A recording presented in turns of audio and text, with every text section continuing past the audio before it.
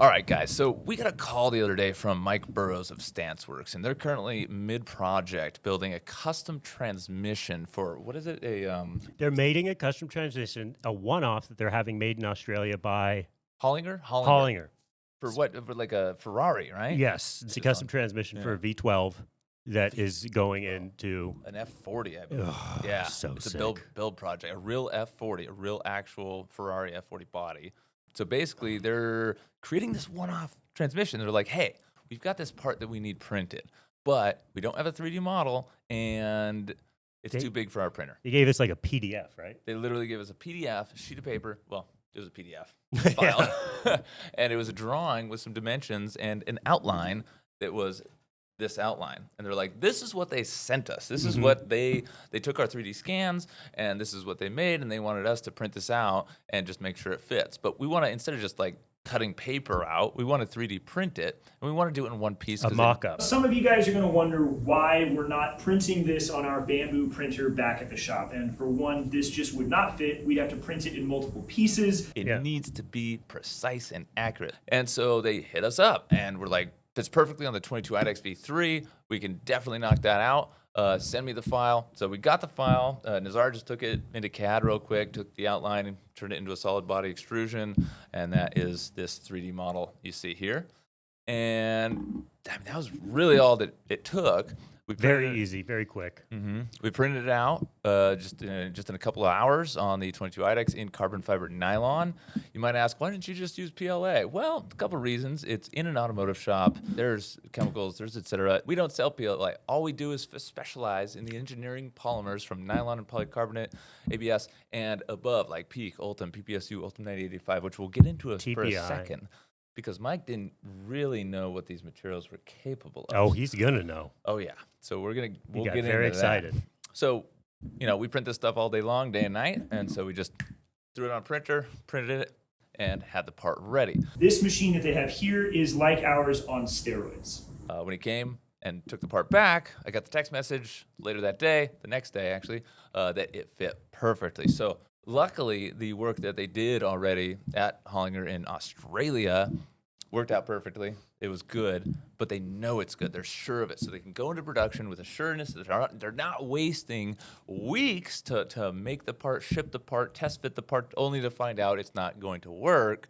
They now know it's perfect, it's exact. Go ahead and make that thing. And when that custom transmission gets over here, they're going to slap it in and it should be awesome. The ability to knock out this part super quick and ensure fitment potentially saves weeks and thousands of dollars just ensuring that it works for a few dollars of nylon. But what I think was super cool is that when we introduced Mike to these materials here, mainly ULTEM 1010 because it's so beautiful, and what it can withstand. Even something this flimsy and fragile, I've just sat here trying to break it. He was like, I can use this under the hood. I'm going to use this under the hood for actual use cases. I mean, like, can it withstand, a little bit of gas and oil? I'm like, absolutely. It doesn't even care. Yeah. What about pressure?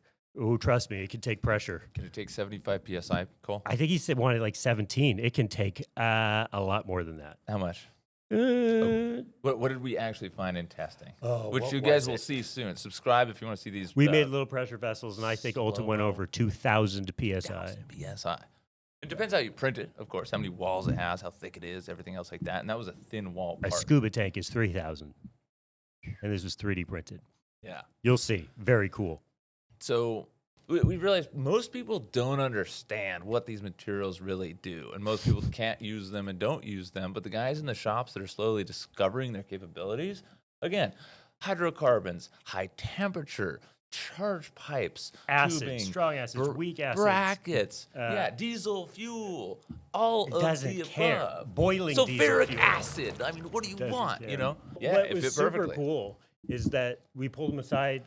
There's a reason we have all this ULTEM on the table, and said, I know you've done some 3D printing, but do you know what these materials can actually do? He gave a use case for something he wanted to build, and he's like, 150 degrees. I was like, yeah, it should be Fahrenheit. Oh my God. Yeah, dude. Oh, that's not even Exposure to gasoline and oil, chart. Yeah. no problem.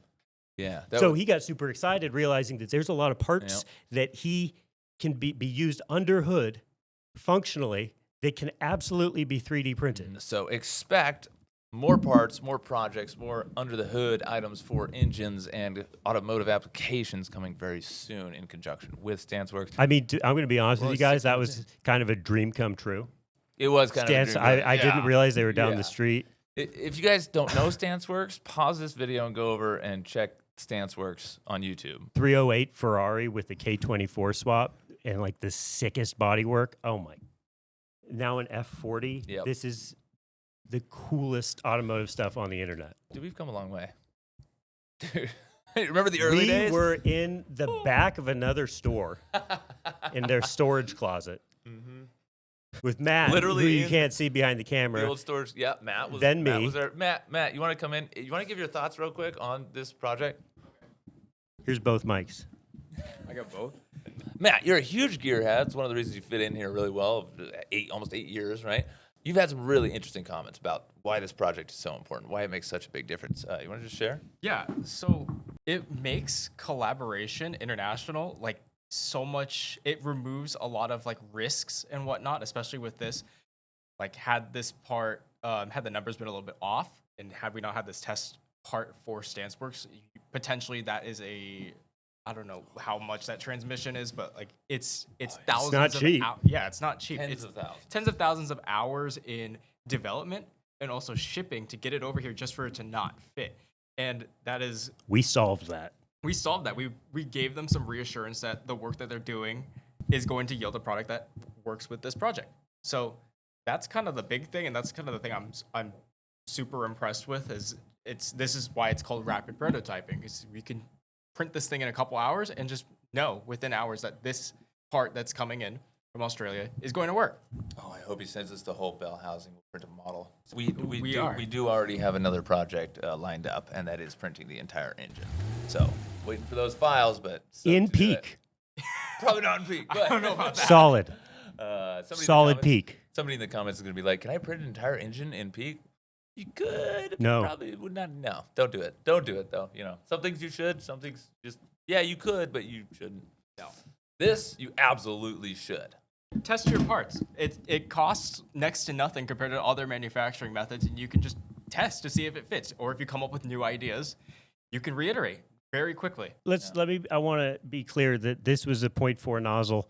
If you used a 0.8 nozzle, this part could be done in Well, what? we We made should it- 20 Like minutes. we made it super thick so Yeah. it'd be rigid and it wouldn't shift and bend during travel and on a hot day. You et could cetera. rapid So prototyping. it's a full centimeter, but you just need like 2 or 3 layers. Get a rigid enough part to do a test fitment. Absolutely. So I mean, we're talking less than a half hour, like to know that your drawing fits your part. you don't need to do that, but you can, which is cool. We're going to be making some really cool parts with these guys, some really cool 3D printed stuff that we're actually going to use on engines. I'm excited for it. This feels like the future of motorsport to me. The future is now. The future. Also, go comment on his video. The link's in the description below. Definitely watch the video. It's a great video. But comment on it. Be like, yeah, print more stuff with Vision Miner. We want to see that. Just go there. Just swarm his video and leave a plethora of comments if you guys want to see us print more cool stuff for automotive that's actually going in race cars and stuff like that. Because that's what we want to be doing. Let's Yeah. go. And maybe you've got a project. Maybe you have something that, okay, well, I'm not buying a super expensive, 3D printer, but hey, maybe the Vision Miner guys would want to 3D print it and make a video on it. Because we totally do. If it's a real life application, most of the stuff that we print for actual clients and customers and print service clients are NDA. They're shrouded in non-disclosure agreements, and we cannot show them off. So it's extremely difficult to find really cool parts that are really used that we can show you guys. So if you have a project, we're ready for it. It's the STLs. Even if you don't know, or the step files, and be like, hey, do you think this is something that's actually doable and added it in like 3D printing? We'll let you know. And if it's cool, let's do it. Dude, well, yeah, We'll make it for absolutely. Same with 3D scanning. We sell those too. We have a whole line of scanners. We got all the filament. We got all the We got Formlab stuff. everything. SLS, SLA. SLS is so cool. Make your creations come to life. That's it. That's the name. Vision Miner. We're mining the visions. It's literally right. Like mining gold, the visions I come get it into now. reality. It's been 8 years, but I finally got it. Hope you guys love this video. We're doing a lot more content like this coming your way. And leave a comment down below if you liked it, if you wanted to see something else, if you have some questions. Like this video if you liked it. Subscribe if you want to see more. Share it with a friend. Thank you, STANCEWORKS. Thank you, Mike Burroughs, for hitting us up. By the way, super awesome guy. Super nice. Like, it's going to be a pleasure to work with these guys, and I really look forward to it. It's super exciting because I love this stuff. whole This crew. is why I'm in this industry. Whole crew was awesome. Yeah. Shout out to the Half-Life guy. That was awesome. Have a positive rest of your day. And thank you for watching. See you on the next one.